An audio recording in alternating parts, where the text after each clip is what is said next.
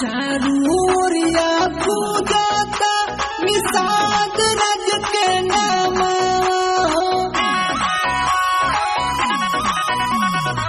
चारूरिया पूजाता निषाद रज के नाम देखो सिंगावेरापुर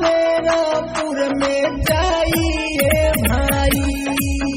हरे होला डॉक्टर संजय के बड़ाई भाई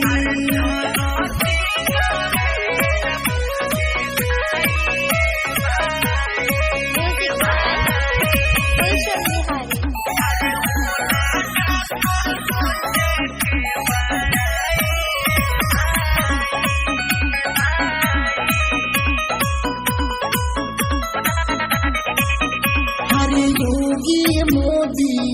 करे गुणे गालावा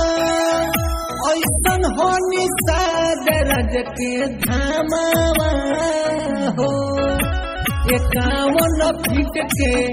लागत बा मूर्ति होता श्री राम निषाद मिलाना